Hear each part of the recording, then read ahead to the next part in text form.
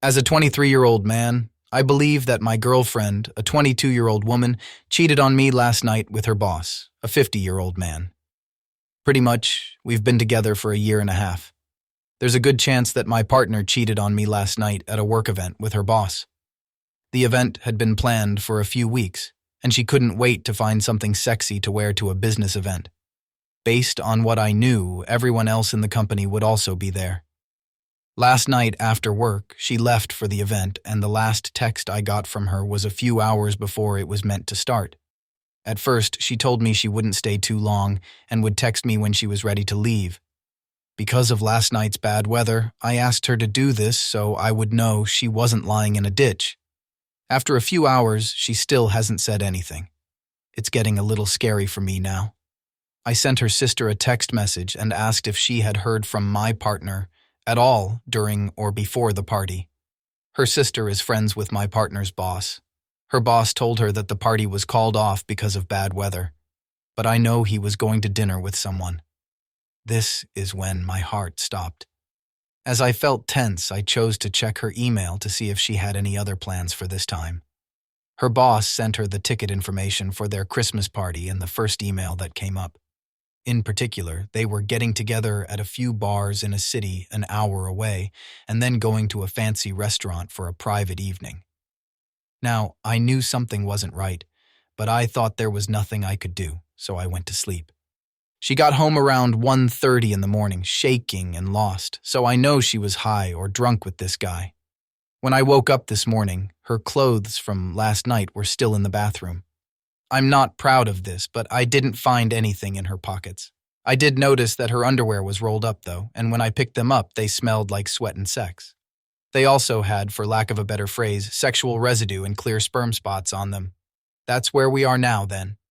There was never any sign that she was unhappy, and she even complained a lot about her job, so I thought everything was fine. One more thing. I don't understand why she would do that. I loved her with all my heart and have been the best boyfriend I could be. I've been there for her in her hobbies and work. She's not on the lease, so I don't have to pay any of her bills. That's good, but her stuff is all over our apartment, so it will take her a while to pack up. I'm not going to help her with this. I texted her to let her know I knew what happened the night before. This is the only place where you can talk about it if you want to. I'll be there right from 12 to 1, come if you want to. It doesn't matter to me if not. After that, think of us as over and think of yourself as kicked out. The really bad news is that her boss owns the business. I forgot to add that, so HR is not going to happen. He works for HR, he is also not married and is a creepy a-hole. I'll let you know what happens if she shows up to lunch. If not, I'll still let you know. Thank you for the push. Second update. The lunch update did not go as planned. What I got was none of those things. I thought there would be a lot of crying and maybe some bargaining. There was no stress in her voice when she walked into the restaurant. She almost looked happy. I looked at her for a moment after she sat down and asked, "Well, what do you have to say for yourself?" It was better than I thought it would be. To put it simply, she cheated because she chose to. That was all. She said, "It got boring between us and I wanted something new." This is what I knew to do. She said, "Of course I did," when I asked her if she got drunk that night. "I've never been so drunk in my whole life." She told me, "On the surface, no, but I guess somewhere deep inside, subconsciously, yes." When I asked her how long this had been going on, she said we had sex last night, but we'd been messing around since I started working there a year ago. Good enough. I knew at this point that she was after blood for some stupid reason. There was no longer any reason for the act, and I wanted to leave before things got worse. Because I wasn't going to finish my food, I leaned over and told them, "You have until tonight to get your crap out of my place, or it's on the curb, and I mean every piece of it." I then left. I'm now at work. In just a few hours, one of the most important things in my life has been shaking apart. You'll soon start to feel things, and then the real fun will start. It's time for some words of support from other people. Electric Charlie, what do you want to say? Now that I think about it, that is one of the meanest things someone could do to their partner. Ouch. I feel sorry for you. It's going to be hard, but don't forget about your friends. You may need some time to yourself to vent your anger at the world, but your friends are always there for you. Here's the other side of it. Don't think about what she said about you or the friendship. Don't worry for a second that you're a dull lover or that you can't make your partner happy. Don't take that harmful crap into yourself. She only used that as a cover for her own sociopathic behavior.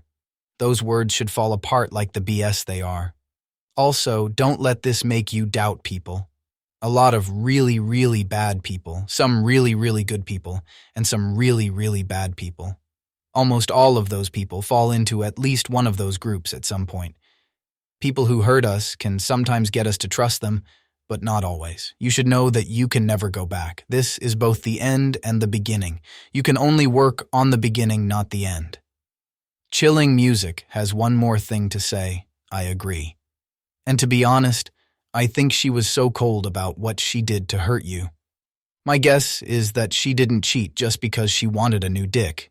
There must be a much more complicated reason.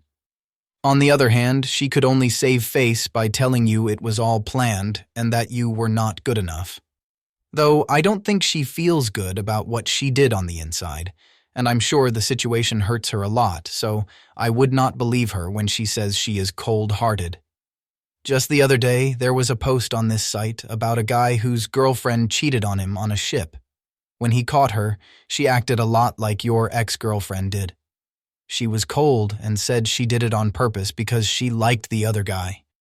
It looks like this is what people who have been caught cheating do, especially when they have time to think about what to say when caught.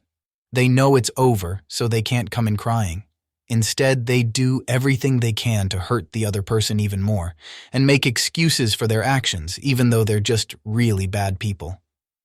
In addition, the way she told you should make things easier for you. She basically made herself out to be a very cold and shallow person, a real bad person with a cruel heart. So be glad to be rid of that person. Booth is telling me that we have time. Yes, we can hear one more story and make a few quick notes. Let's do it. I, a 23-year-old man, found my girlfriend of almost 2 years, a 20-year-old woman, cheating on me with her high school junior. He also made me feel bad, and I'm in a very bad place right now. I have no idea how long I have been sitting here smoking and looking into space. I went to check on my girlfriend this morning because I hadn't seen her in about 3 days because of work. I had an extra set of keys to her apartment, and when I opened the door, I saw her sitting on the couch with one of her college junior friends. He was on her lap and was about 19 years old. He looks familiar to me because we all go to the same college, and I've seen him a few times. Both of them were shocked at first, but the guy didn't go through the "please, I can explain" motion, which is what I was hoping for so I could get to the bottom of this. Instead, he walked up to me, pointed at my face, and said something about how pathetic I was and how I was a pain. I'm 5'4", and this makes me sick every day. I was so mad, but I couldn't do anything about it. That guy is about 6 feet tall and really good looking. At that moment, I felt so sorry for myself. My girlfriend did nothing but stand there, which made things worse. I will never forgive myself for what I did next. I felt so weak and scared at the same time. I sped out of the house like the useless person I am. I lost the girl I loved to a student in college because I couldn't even fight for her. I'm not picking up the phone when she tries to call me. I have no idea why I ran. I wish I had pushed him or something.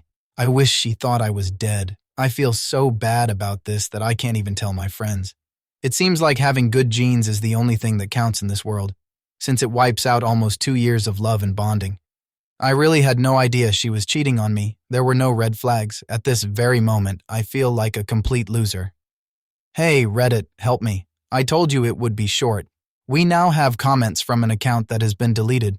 You said I couldn't even fight for the girl I love, so I lost her to a student in college, but there's nothing to fight about here. Because that's not how things work in real life. Someone either wants you or doesn't.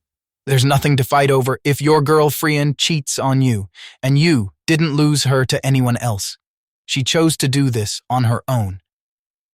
I think this is something that you should really hear over and over again so that you don't take her back. That being said, I really can't help you with the height thing. Regarding the running part, I believe you were more likely running away from the fact that you had just seen your lady cheat on you than being scared of this guy. Your brain didn't want to deal with all that stuff at the time because it was too much.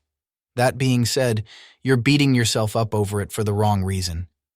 Dude, you went through something traumatic in addition to finding out something heartbreaking about your girlfriend, Verity says. Someone made threats and insulted you. Learn about the fight or flight reaction. You did not run away from something important, so don't feel bad about it.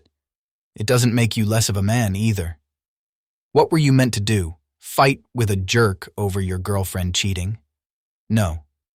Your feelings make you feel bad, but there's no reason to feel bad about them. You were a good and reliable boyfriend, and when you look back, you won't feel as bad about what you did now. You're not a loser. Now is a great time to get in touch with your family and friends. What's more, we need each other when things are hard and sad. It would be a waste not to talk to them now. They are there to help you. With other people around, you don't have to sit alone with your thoughts and feel like a loser. They can help you think and see that these thoughts are just your brain talking to you, and they can easily push them away. What are the only losers here? Your lady and that other douchebag. Neither of them has any morals. Psychoplasm's last words were, "You didn't run away from something worth fighting for." Say this to yourself again, OP. Also, I used to be shy about dating shorter people, but I learned it was my own insecurities that were stopping me. Take it on. No one can stop you from being the best version of yourself.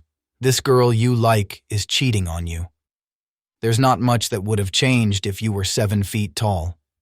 Get over your fears and be glad you know what she's really like now that you've spent so much time with her.